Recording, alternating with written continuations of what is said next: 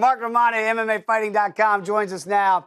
And Mark, we'll get to the main event that we just saw there. We do want to quickly recap what we saw in the co-main event tonight at UFC 207.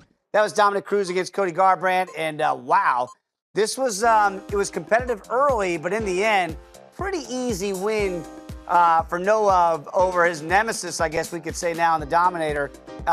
You and I talked about this last night. I think we're both surprised by the outcome. Not necessarily that Cody won, but in the manner in which he beat him. I thought if he won, it'd be by knockout. Nope. He goes the distance, and he looked great doing it, didn't he, Mark?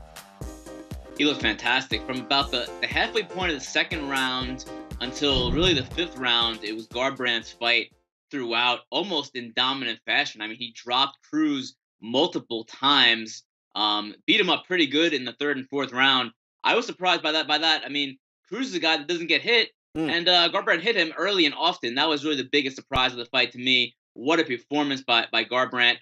An upset for sure. You know, one of the best efforts you'll see in a challenger coming in against a champion in kind of an upset situation. Yeah, again, I mean, we saw the headbutt that happened early on, I believe, in the second round. That seemed to turn the tide a little bit because Cruz was getting back into it. I had Cruz winning the second round, so it was 1-1.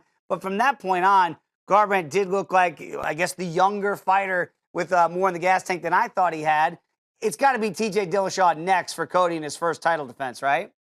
I can't see any other way around it. Not only is Dillashaw the deserving title contender from a merit point of view, there's also an incredible history between these guys. They're former teammates. They didn't even like each other when they were teammates. Now they're ex-teammates, and the hatred has only grown deeper. That's going to be a very, very good and very interesting lead up to that fight as well. And I guess finally, if there's any dirty laundry that maybe T.J. Dillashaw wants to air out with Uriah Faber and Team Alpha Male, it might come out leading up to this fight.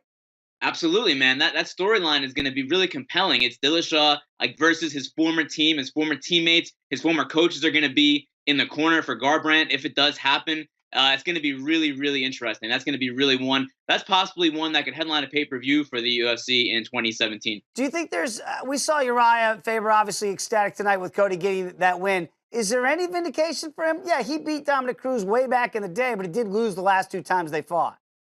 Maybe a little bit. I think so. I think Uriah Faber he's almost like a dad or a big brother to these guys at Team Alpha Male. This is a team that he built, years and years ago in Sacramento. He recruited a lot of these guys, including T.J. Dillashaw and Cody Garbrandt, out of high school, not even out of college, out of high school. They were already talking to come out to California and train. So yeah, I do think there's a little bit of vindication, probably not as much as there would be if Faber had beaten Cruz himself. But this is a nice consolation prize for Faber, who recently